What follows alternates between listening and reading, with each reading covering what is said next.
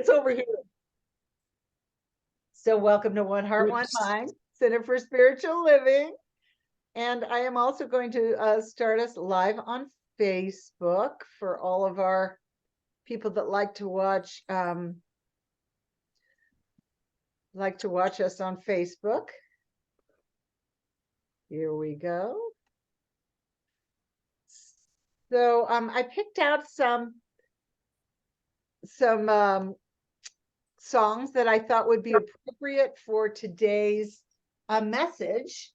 And I love the idea of being able to do just about anything we want with our Sunday music. I do love it when we have live people, but I've also been enjoying picking out songs that match our message. So I'm going to start this off here. It's not a video, it's just music. So I will, oops, I don't have it up. Hang on a minute.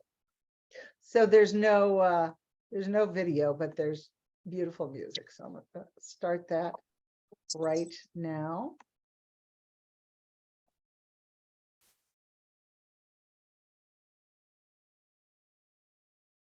And here we go.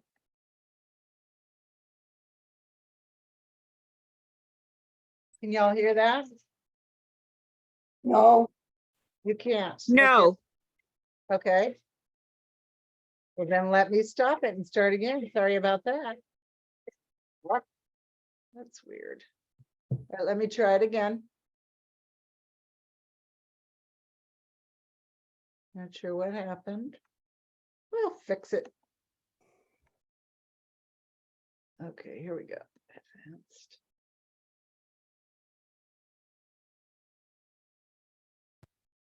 All right, let's try this.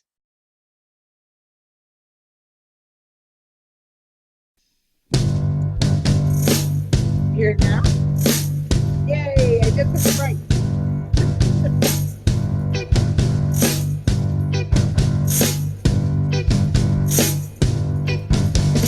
What do you want? Where do you want to go?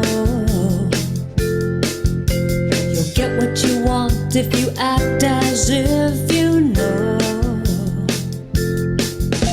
It starts with you. Do you believe it? It's all in the way that you choose to see it. When you change the way you look at things, the things you look at change. When you change the way you look at things, the things you look at change.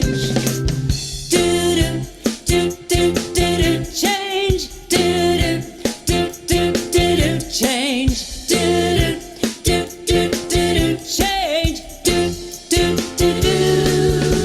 When you feel lost and you can't find your way, keep your eye on the prize, it will materialize. You can't miss, change your perception, leading you to a new direction. When you change the way you look at things, the things you look at change. When you change the way you look at things, the things you look at change.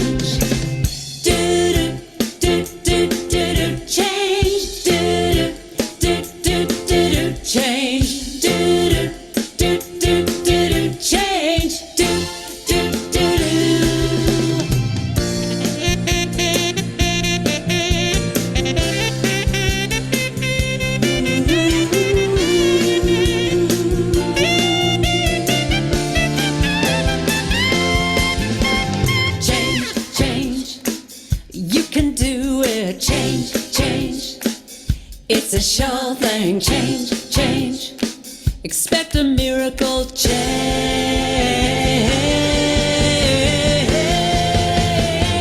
Watch me change. When you change the way you look at things, the things you look at change. When you change the way you look at things, the things you look at change. When you change the way you look at things, the things you look at change. When you change the way you look at things, the things you look at change. Now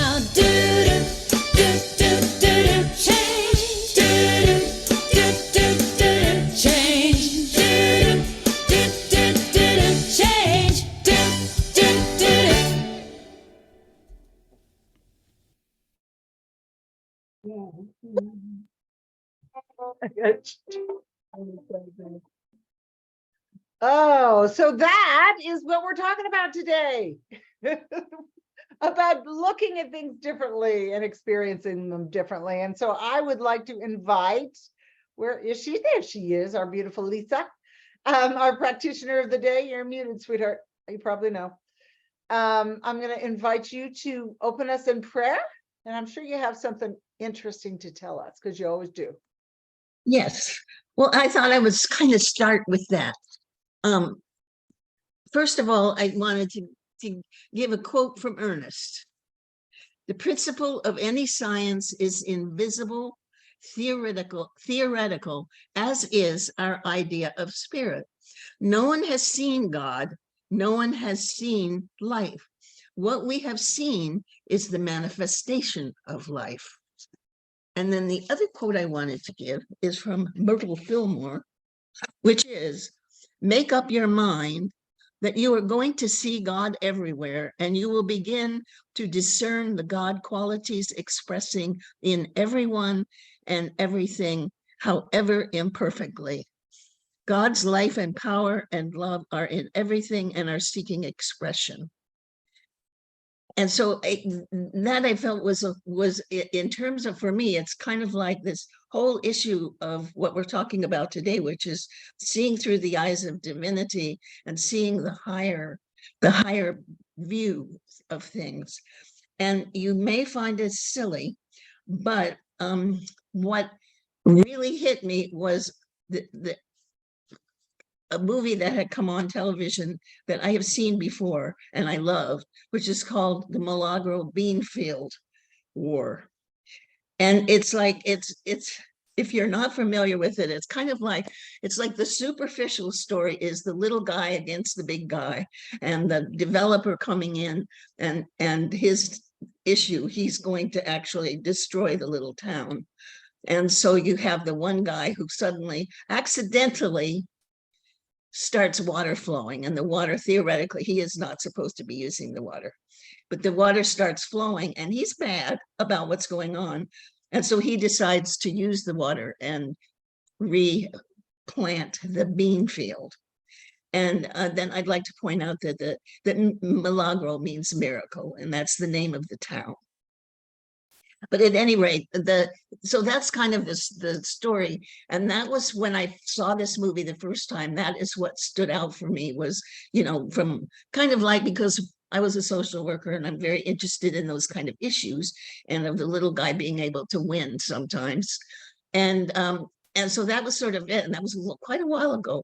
And then when I watched it this time, I was looking at it from a different perspective. And it was kind of like, I saw God in it. I saw all these individual people, the very, very poor town, very poor Mexican town in New Mexico. And each of these people were quite characters. And so, but what I saw was this essence of spirit showing up just at the right time. For example, you have Ruby, who actually is a woman who runs the garage, but she is very concerned about what's happening to the town. And so she pushes the guy who is the activist who does the newspaper to put information in the newspaper, which he does. Then the bad guy comes and buys all the newspapers, but as he's trying to burn them, they're all piled up there. And suddenly a big wind comes and blows them all over the community. So the community will in fact be informed of the issue. And, there are other moments that happen like that where you have the sense that spirit is happening.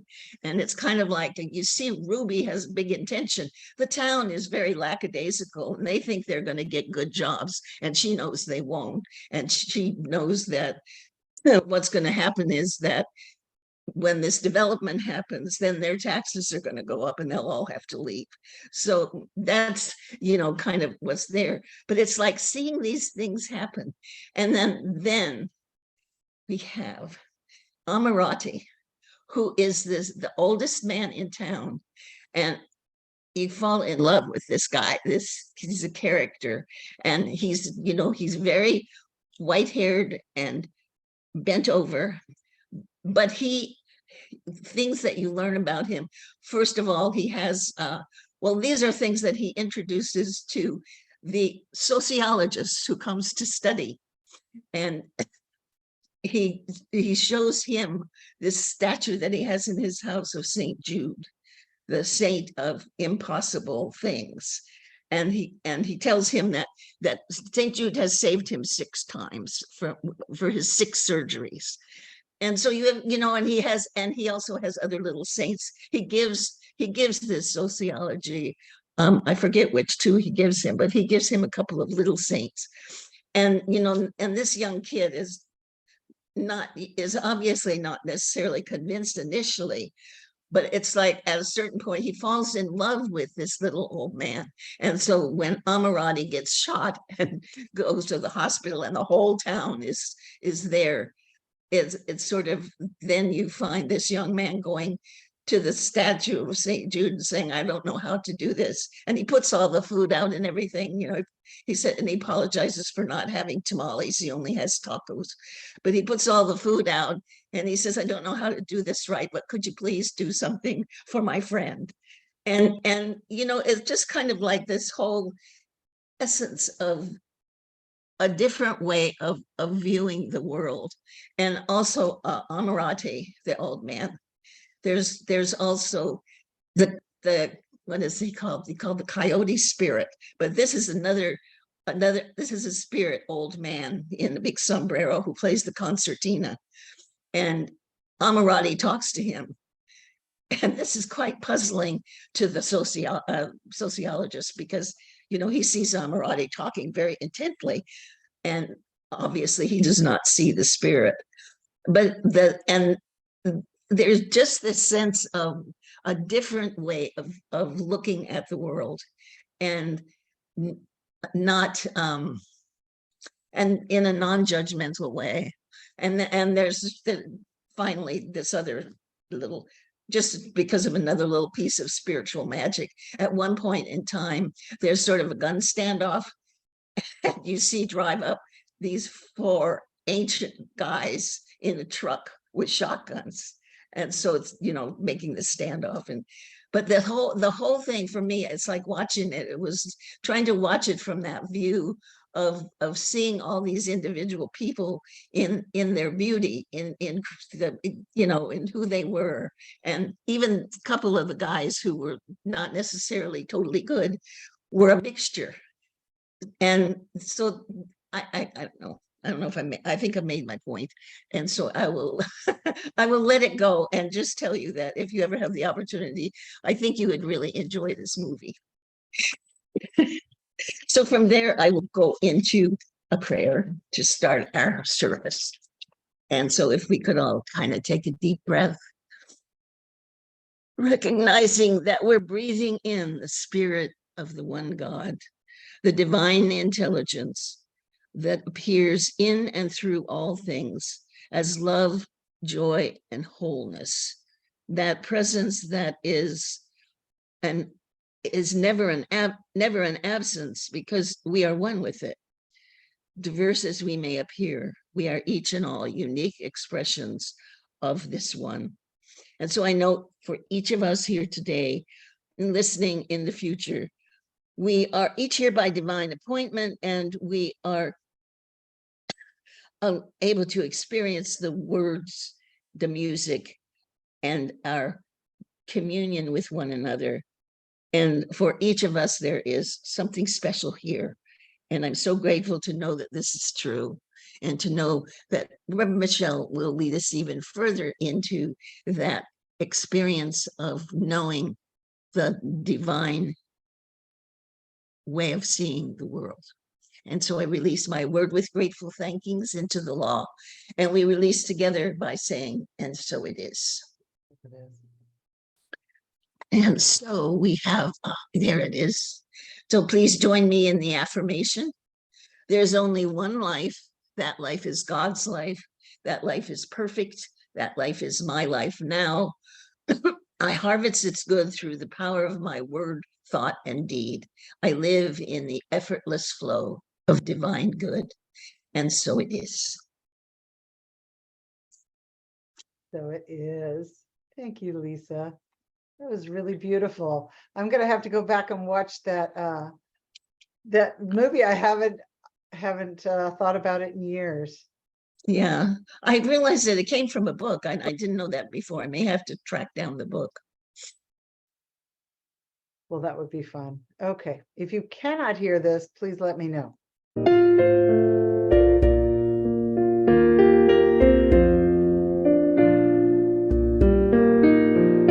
Can you hear it? Thumbs up. Nothing is ever lost, and we are not forgotten. We are living in the heart of God. Nothing is ever lost, and we are not forgotten. We are living in the heart of God. We are living, we are living, we are living in the heart of God. We are living, we are living, we are living in the heart of God. Morning sun coming through the trees, and the green leaves shimmer in the summer breeze. The songbirds singing to the honeybees, living in the heart of God. We are living, we are living, we are living in the heart of God. We are living, we are living, we are living in the heart of God. After the dazzle of day is done, the moon makes love to the setting sun. The stars come twinkling one by one, living in the heart of God. We are living, we are living, we are living in the heart of God. We are living, we are living, we are living in the heart of God. Nothing is ever lost, and we are not forgotten. We are living in the heart of God. Nothing is ever lost, and we are not forgotten. We are living in the heart of God. We are living, we are living, we are living in the heart of God. We are living, we are living, we are living in the heart of God. We sleep in dreams both deep and bright, sailing through the velvet night, refreshing the soul to the spirit's delight, living in the heart of God. We are living, we are living, we are living in the heart of God. Living in the heart of we are living, we are living, we are living, we are living in the heart of God. We are living, we are living, we are living in the heart of God. We are living, we are living, we are living in the heart of God. We are living in the heart of God. We are living in the heart of God. Nothing is ever lost, and we are not forgotten.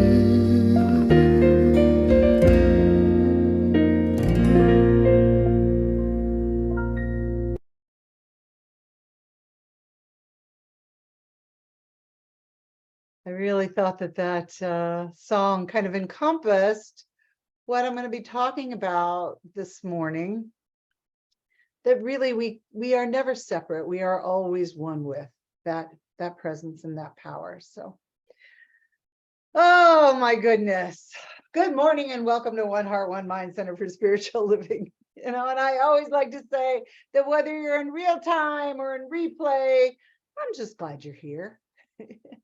And this morning I'm deviating a little bit from our regularly scheduled topic, rather than talking about life from a perspective of either or, because we've been talking about paradox all month.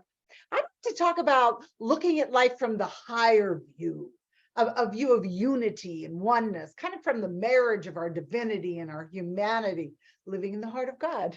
And sometimes we could be separate, but really we are not. We are never separate from that heart of God.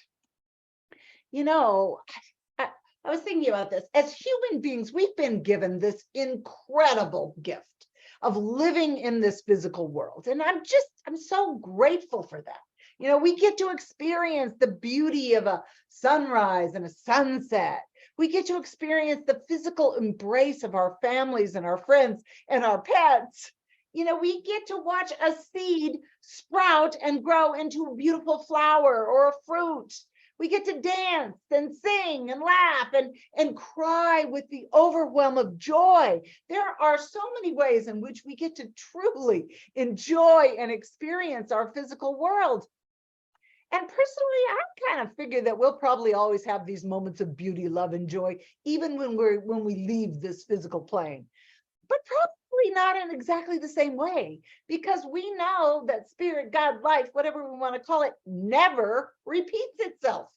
And I'm pretty sure that whatever we get to experience here on planet Earth will be different than it is anywhere else.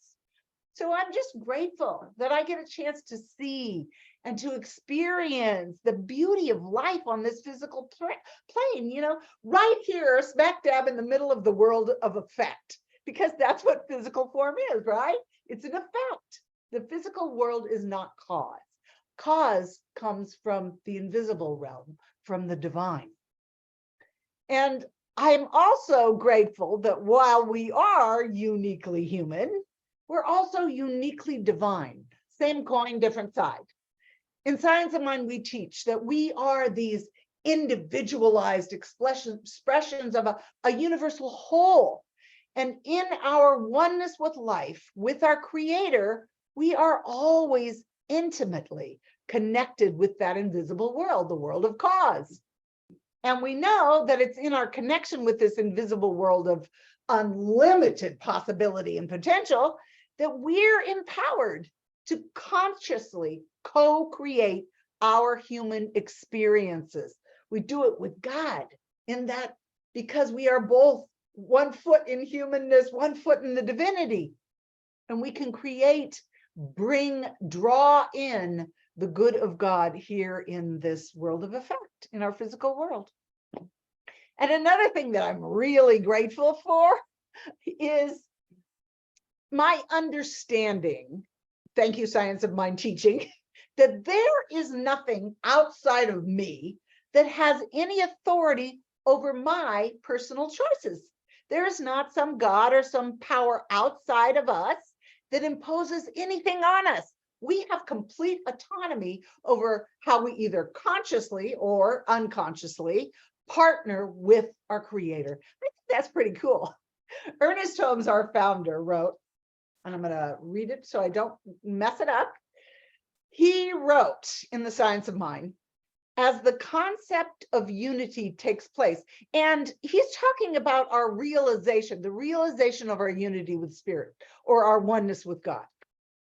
As the concept of unity takes place, it brings with it great authority. Great authority. I'm enlivened by that idea that in our unity with God, our word, our thoughts, our feelings have great authority. Wow, that's pretty cool. We are empowered. And Holmes goes into even more detail about this in that same same, I think it's on page 475, if you ever want to look it up, in The Science of Mind. He goes into even more detail, and he says, here is a lesson in the practical application of science of mind. As the subjective state of thought, and when he talks about the subjective state of thought, he's talking about when a belief becomes such a part of us, when we embody a belief so completely that it's beyond just our conscious thought, that we live it. And okay, so let me start again. As the subjective state of thought becomes unified with goodness and love, it automatically reflects these in whatever direction our thought goes. The tendency of the inner thought sets the tendency of the outer life. What we carry around with us in our subjective state, what we live, what we feel, expresses itself into the outer life. That is so empowering. We are not at the mercy of the changing tides of the outer world, unless we believe we are. We're empowered by our thinking and our feeling at the level of our belief, the level that we engage with life. We are our own authority. And when the level that we engage with life is at our unity, at the level of our unity with God, then we're empowered to express the goodness of God. Now, that doesn't mean that we get to change the nature of reality or of life. It means that we're empowered by our Creator, by virtue of creative law, to demonstrate the predominant color of our thinking and our feeling. But we are the authority that decides what that predominant color will be. It can be for our good, or it can be for our limitation. We are our own authority. I love that idea. You know, Holmes used the example of Jesus. He used it to explain how to speak our word with authority. You know, and he said that during his ministry, his time here on earth, that Jesus would say he loved, let's see, I think I actually wrote the words that Holmes wrote. Yeah, just let me read them. He wrote, Jesus's method of approach during his entire ministry was to give thanks and then command the law to work. This is the correct manner to approach the spirit and law. I think Holmes is right. You know, and he goes on to say that when Jesus helped people, when he told them to get up and walk, he didn't say, well, you know, you might be able to get up and walk now. No, he exercised an authority that was grounded in his unity with God, with law, with life. And Holmes goes on to say that prayer, our word, our feeling and belief are an active movement in consciousness, that we shift our perception, that we take it out of the world of form and we put it right in the heart of God, in the spiritual truth of God, which is our truth. And it's in such degree as we embody a belief with deep conviction, when there's no longer anything in our mind that denies the belief, it will take form. It doesn't really have any choice. It is now a part of the law and the order of the universe that we live in. Now that is a powerful statement, and it affirms for me the authority I have in my oneness with the divine, which is my inherent nature, which is our inherent nature. We are human and we are divine. Our humanness allows us to experience things that we probably never would have experienced if we just stayed in the invisible realm. But here we are, and we have the opportunity to experience both. That is really phenomenal. When I think about it, that is a miracle. So here's the thing. We are our own authority because of our unity with God, and we're empowered to live our lives from this higher view. And this higher view is not from the level of our humanness, as I was saying, it's from the level of our divinity. And we can see from our divine connection to spirit, God, infinite life, and we can learn to perceive all the things that we encounter in our human lives, in the physical world where we live, from this higher view. I think that's the key. We can practice seeing life not from the level of fact, not from the level of the situations and the challenges we face, but from the level of cause. This is where things are born, from the invisible realm of cause, the realm of infinite possibility and good, because we're already one with the divine. And when we raise our perception to that level, we demonstrate our lives from that level of infinite good. You know, Holmes, I read it when I was preparing. I read that Holmes said that's what Moses meant when he said, the word in your mouth is either a blessing or a curse according to the way you use it. I can get that. I get that. And it's true. If I sit around and say how poor I am and how terrible things are, then the law will say yes. And the reverse is true as well. If I honor everything I encounter as this wonderful navigation tool that wants me to move into a new direction, then I will move into that new direction and experience the good at the level of God. So I ran across, you know, I'm always, whenever I'm preparing my talk, I'm always looking at all these different sources, and I run across stuff all the time. And I ran across this passage by an author named Robbie Galatry. I honestly have no idea who this guy is, but I read this passage and I thought, this is a perfect example of shifting our perspective from our limited human view to the larger, higher divine view. So I'm just going to read it to you because it's pretty cool, actually. It says, I've always been conscious of my clock time. I like that, clock time. Often I've asked myself, can I still double my years? When I was 30, I said, I can easily live another 30. When I was 40, I mused, maybe I'm only halfway. Today, I am no longer able to say that. And my question has become, how am I going to use the years left to me? All these concerns about our clock time are based on the presupposition that our chronology is all we have to live. But looked upon from God's perspective, here's the higher view, our clock time is embedded in the timeless embrace of God, living in the heart of God. Our years on earth are not simply chronos, but kairos, another Greek word for time, which is the opportunity to claim for ourselves the love that God offers us from eternity to eternity. I loved this idea. It made me look from the perspective that I am an infinite being. And I want to use every moment of my human life to be an expression of the good, of the divinity that I have come here to be. You know, we're bigger than our human life. And yes, from the perspective of the continuity of life, the eternality of life, things look so much different. Things we thought were impossible suddenly seem possible. You know, and really, to cultivate this way of perceiving, to perceive the world from the viewpoint of our divinity, it's important.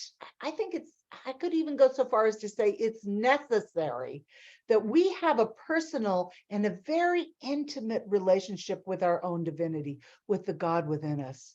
Not just a mental understanding of what we think about God, but an everyday experience of God, a firsthand experience of this power and presence that we're one with, and to daily nurture this connection, actually more than daily, moment to moment, nurture this connection. And it's this connection that supports us in developing that conviction of heart and mind that empowers us. And as we consciously use the creative law, you know, we can't go by anybody else's experience of God or what someone else tells us about our oneness with God. We have to go by what we know, by what we experience and what we feel to be true.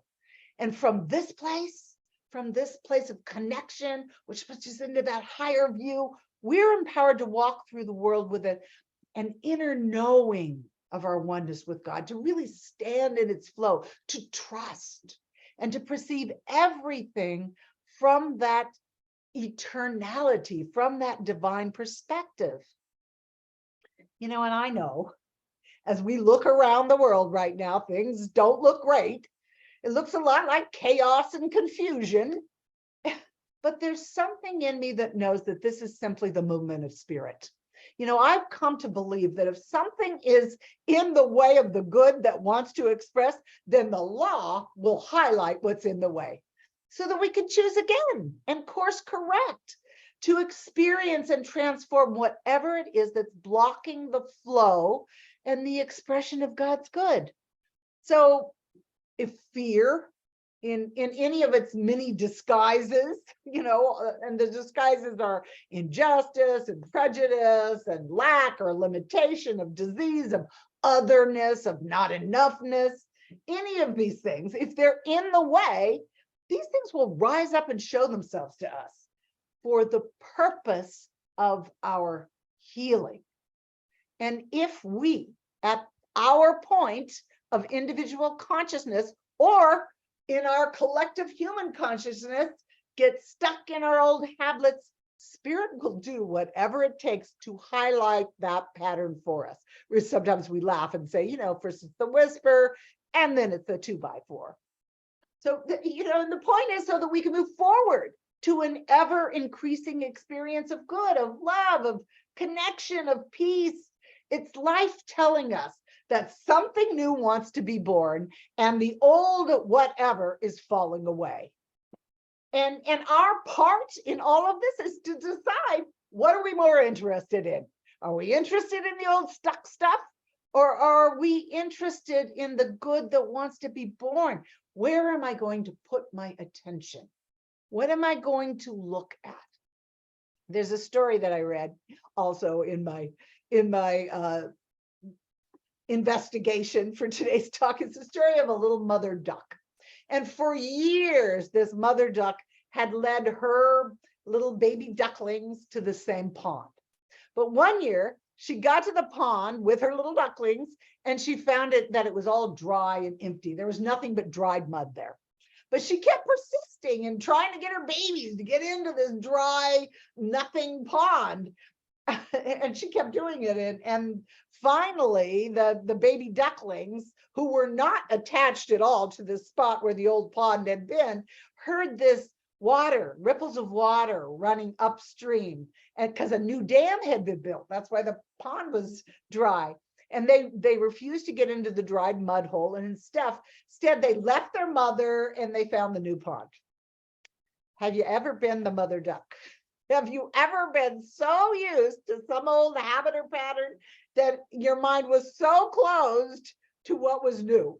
You know, I certainly have. I have to say, sometimes I find myself stuck there. But I can use that to be like the ducklings and to remain open to some new future, some new idea that wants to be born that I can only see from that higher view. Or there's that story, you know, that biblical story of Lot. God told Lot and his family to leave Sodom and Gomorrah. So they gathered everything together and they hit the road. But even though Sodom and Gomorrah weren't exactly a great place to live, the names certainly don't make it sound very inviting. Lot's wife still had a hard time leaving and letting it go. She didn't want to leave, but God said, move on and don't look back. But she was still stuck in that old, and she did look back, and according to the story, she turned into a pillar of salt. And I was struck by that image and that metaphor for salt. You know, when something is too salty, like the Dead Sea, nothing grows there. Or when a warring tribe would salt the fields, nothing grows there. Life can't thrive if it's salt. And if we're always looking back, that's all we're going to have. God, life, whatever we want to call that, is never stagnant. It's always, you know, kind of living on that edge, that growing edge of the fresh ideas and the new creations. I think sometimes we forget that God's in the express business. God is always living on that growing edge, always wants to express something new, always wants to express something new through its creation, which is us. And when we resist and we try to hold on to the old, we just prevent the good from being able to come through. So, you know, we can ask ourselves the next time we're feeling kind of uncomfortable, when we're feeling that discomfort, you know, is this just divine discontent urging me on to see things from the higher view? Is this life inviting me to see this challenge or this situation from my divinity rather than my humanness as a way for me to gain some insight into what's possible? Is this just life calling me to see this event, to see these situations in the physical world as stepping stones to something new and fresh and good?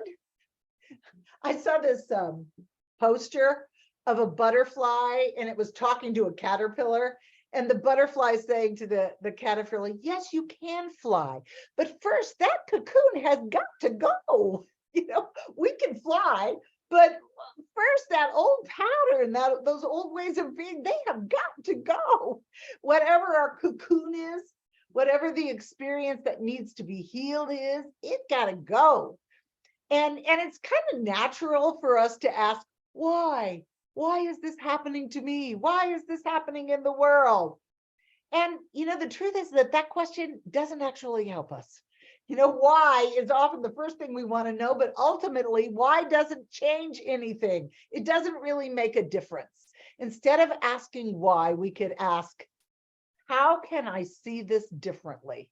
How does this look from the higher view? How can I see this as an invitation to a jumping off place to bring something fresh and new my way? Holmes told us that our task, what did he say? He said that it's not to set things right, but to see them rightly. And I think that's true of anything that comes into our physical world. It's the world of effect. It's already there, but we can create something new. And we can only do that from the level of our divinity. Our humanness sees duality. It doesn't see the infinite possibility and that everything is held within that heart of God. I was reading Holmes's little book. I think it was one of the first ones he wrote. It's called This Thing Called You. And he wrote in there that spirit holds nothing from us. And I think that's important to remember. Nothing is ever withheld. He wrote that it's up to us to become masters of our own thinking, to be our own authority.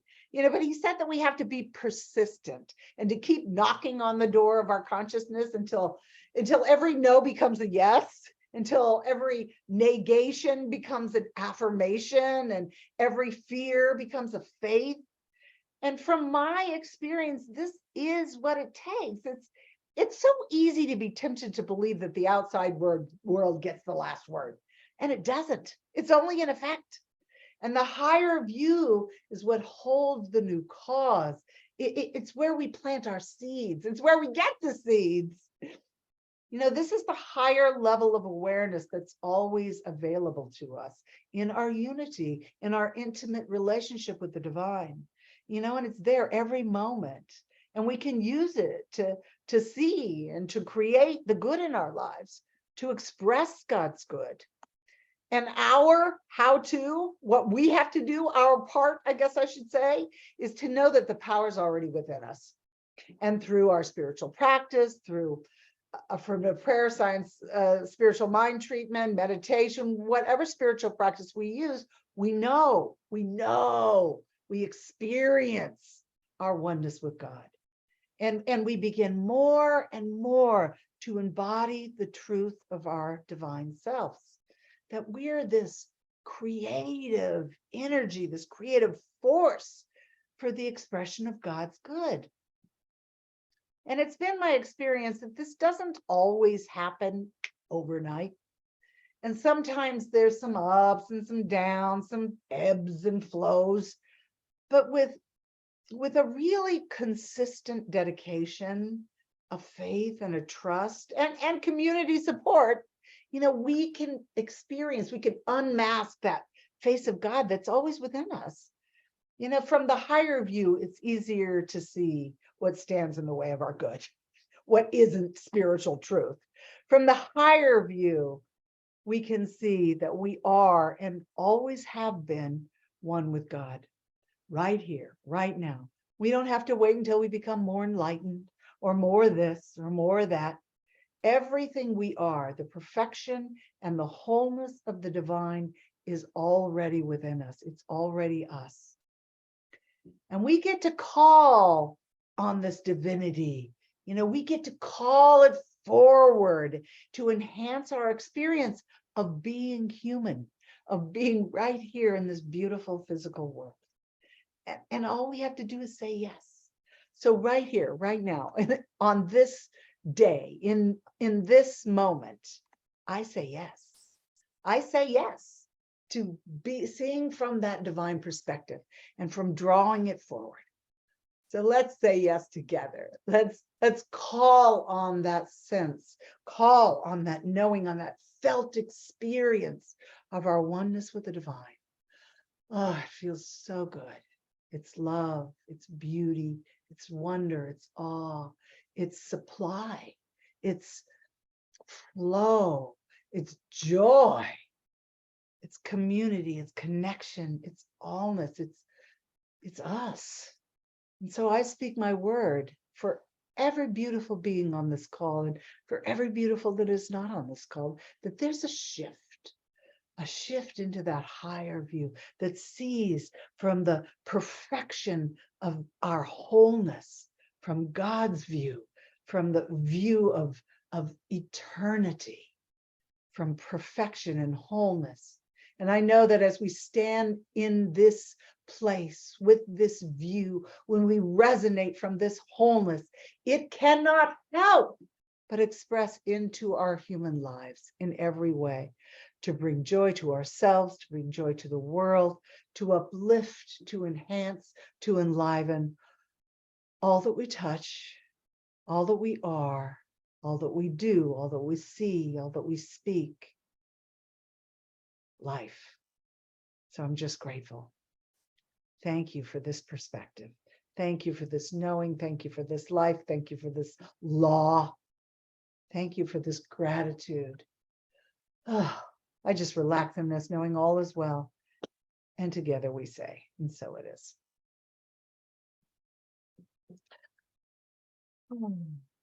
Oh, yes. And so it is. And back to the gallery view. Oh, so just knowing all is well, knowing that we sit in this divine perfection, knowing that we are here. I just give thanks for all of you.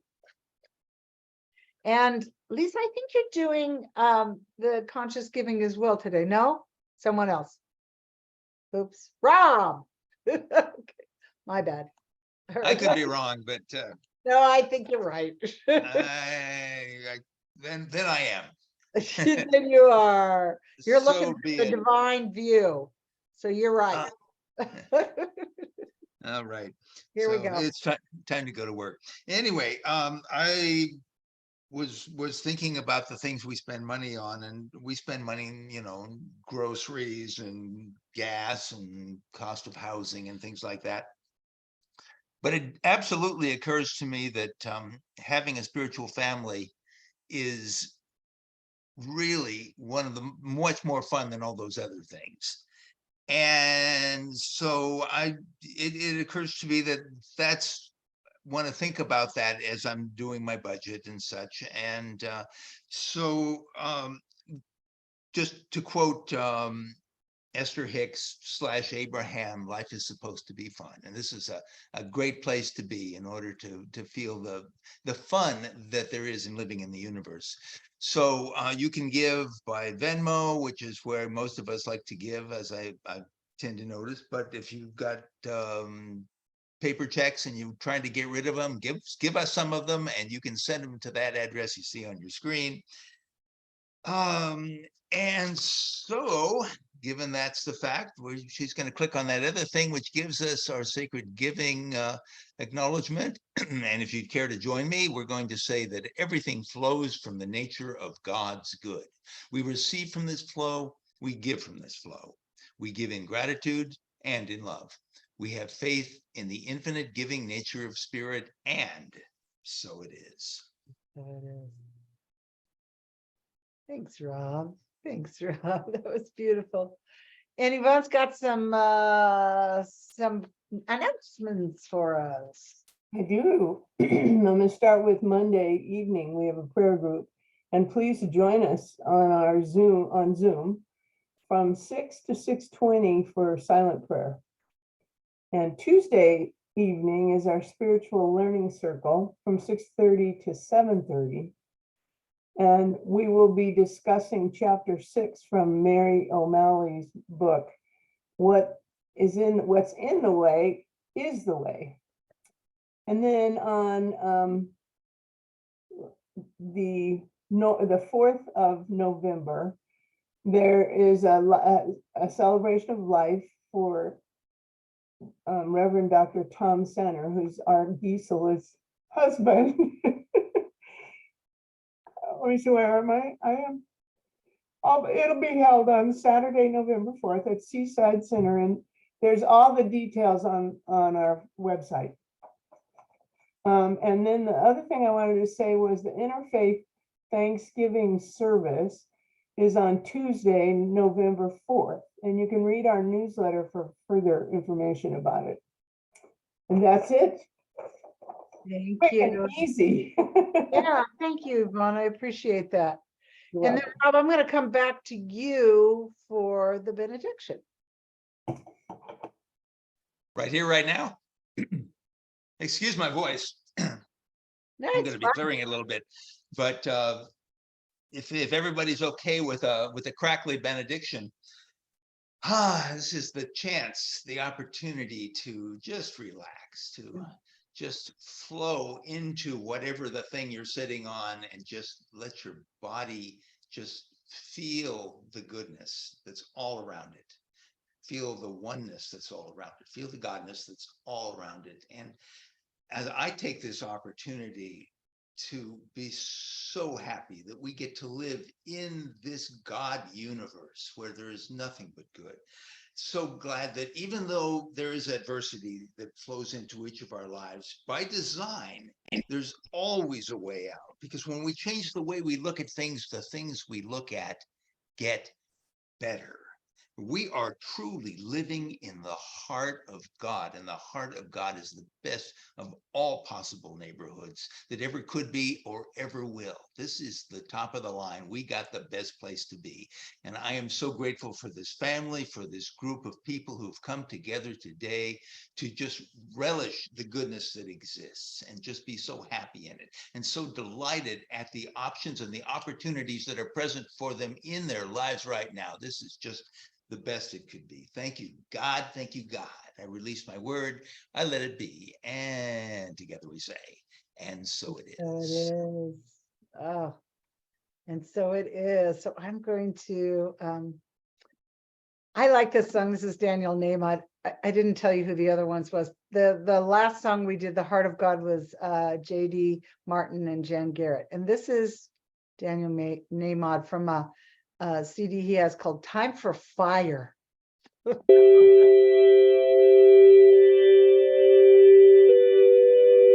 y'all hear it?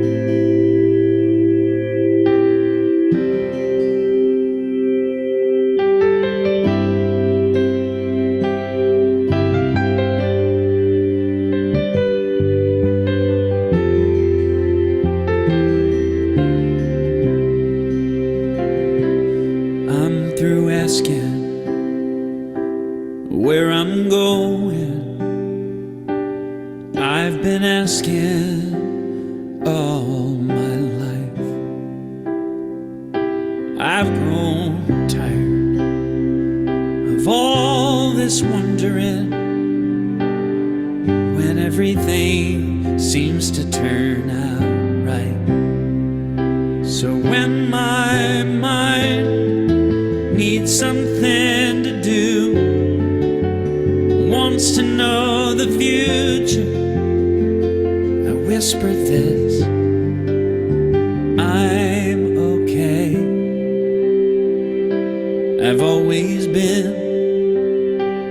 and I'll always be that way.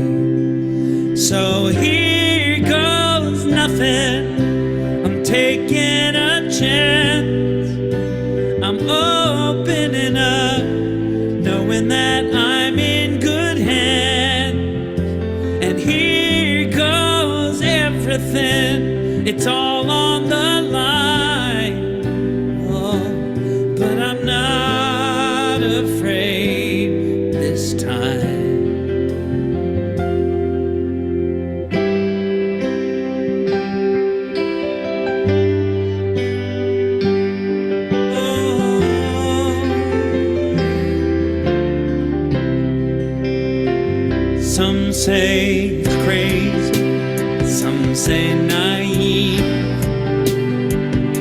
close my eyes and take the lead.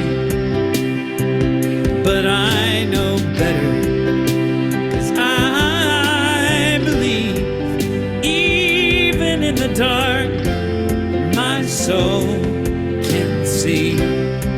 So when my mind plays its usual game, oh, my answer is always the same.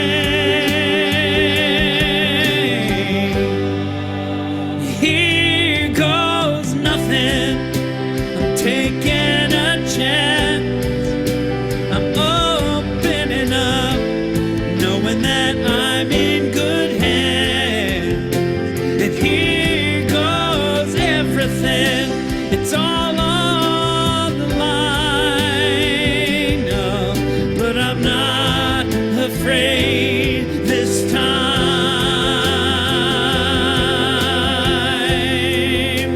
Here goes nothing, I'm taking a chance, I'm opening up, knowing that I'm in good hands. And here goes everything, it's all on the line. No, but I'm not afraid this time. No, I'm not afraid this time. No, I'm not afraid this time, 'cause I'm okay. I've always been, and I'll always be that way. I'm okay. I've always been, and I'll always be that way.